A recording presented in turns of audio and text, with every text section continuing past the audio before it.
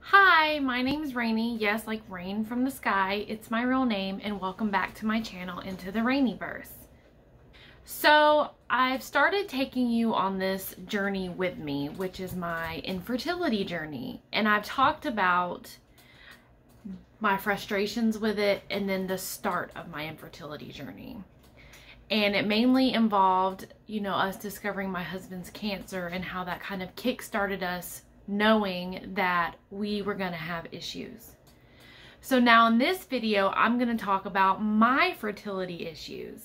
So discovering my issues with infertility kind of came about after my husband went through all of his testing and we had that glimmer of hope that, his sperm count was increasing.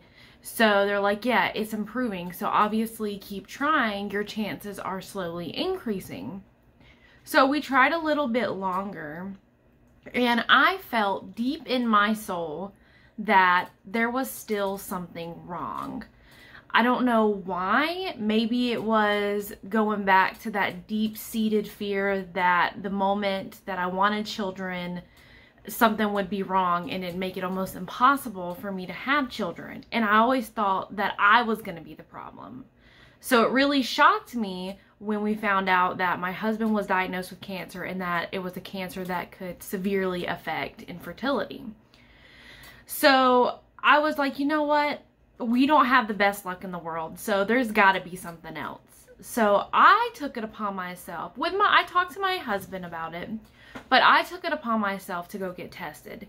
He was like, my husband, he was like, you're fine. It was me, whatever.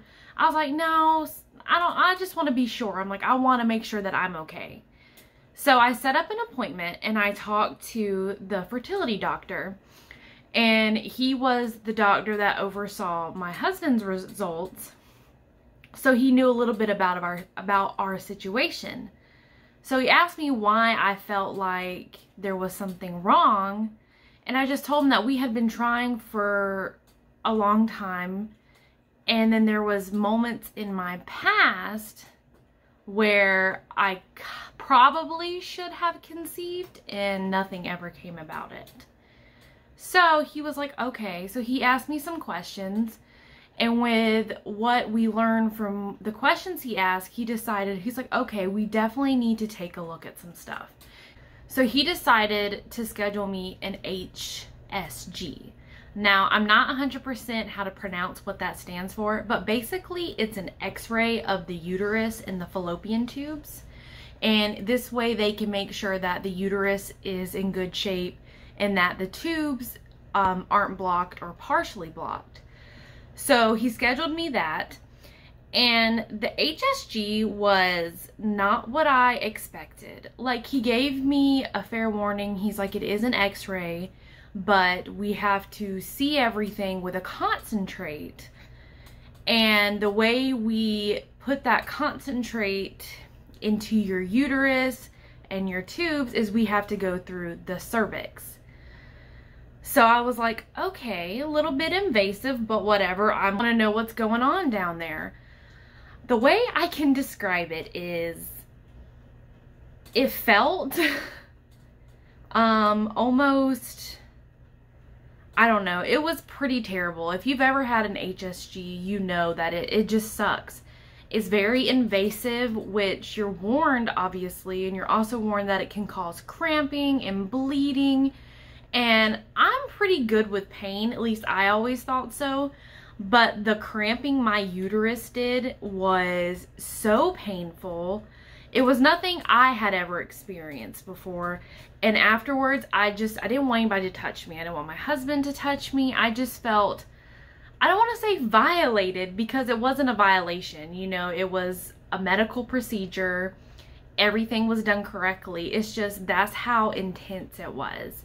And the reason why I'm kind of touching on that is because going through the whole fertility process, it is a process. Like, the things that you have to go through to see if you can even conceive at the end of it is pretty crazy and a little unfair, especially to the women, which my doctor was a man, and he informed me, he's like, it's always on the woman at the end of the day. He's like, even it's on the woman, because we can have a lot more issues. With the guy, it's a lot more simpler. It's always with the sperm. That's usually their only issue.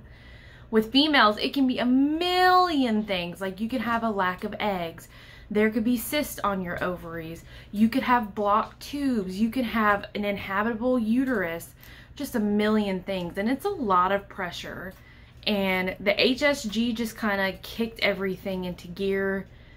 And it was just crazy to think about, like, how much I'm gonna have to go through to find out if I can ever carry a child. So what's really cool about an HSG is that you kind of get the results immediately, because it's an x-ray. The x-ray machine's right in there, the doctor's in there, the concentrate is flowing through your uterus, through your tubes. You know, they can usually see everything right then and there. And right then and there, that's when he saw that, I believe it was my left tube, there was an issue with it. The concentrate had flowed through my tube and it flowed outside the tube, but it wasn't going anywhere else. He said that usually the concentrate will flow through the tubes if they're fully open, no blockage, and kind of just go up, and sometimes you can see a bowel movement and things like that. The side he had issues with, the concentrate flowed through the tube, but then it hung outside the tube.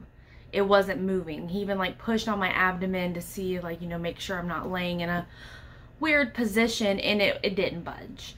So he's like, that tells me that there's scar tissue or something right outside your tube. And he's like, that's not a great sign.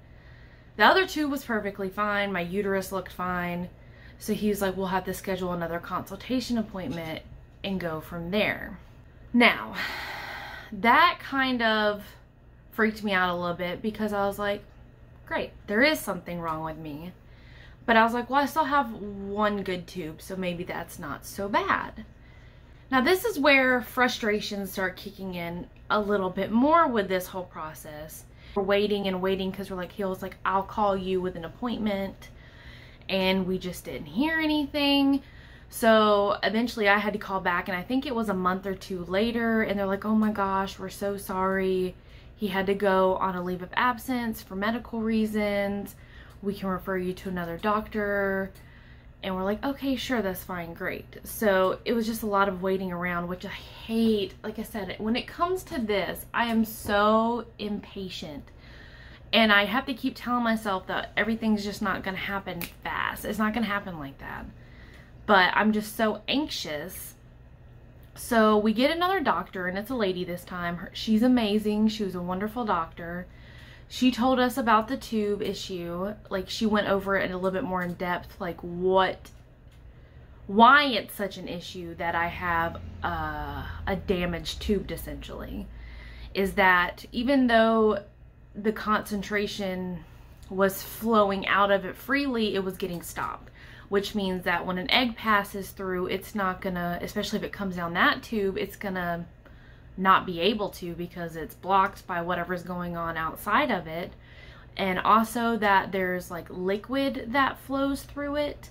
And she was saying that with a damaged tube, the liquid that comes along with the damage can flow into the uterus, which therefore can cause eggs not to attach to the uterine wall. Because while I still had another good fallopian tube, and the egg could be released through that one and it can make it to my uterus, it's not going to implant, because I have all this icky gunk coming through this other tube, causing my uterus walls to not be compatible with an egg to implant. So they're like, we're going to offer you some stuff right now before we move forward in the testing, is that you can have the tube removed, or that you could do IVF. We could do, I think she might have mentioned artificial insemination, but I think she said with my tube that probably still wasn't a good idea. I think that was just an idea. She's just letting us know all the options. And I asked her right then and there, because we're like, okay, if the tube gets removed, then that will solve our problem, yes or no? And she's like, it's not gonna solve your problem, but it's gonna increase it slightly because my husband still has deformed sperms. So even with us getting rid of that tube, getting rid of the fluid that's flowing into my uterus, there's no way to say that I'm gonna get good sperm coming in naturally and attaching to the egg that I release. She's like, it's like y'all were locking keys and his keys aren't gonna fit my lock.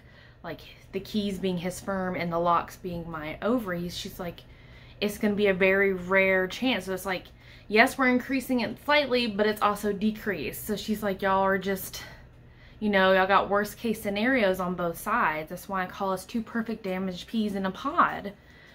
So she said that even though it's pricier, it's a little bit tougher, IVF would be our best bet if we wanted to conceive quicker, I guess.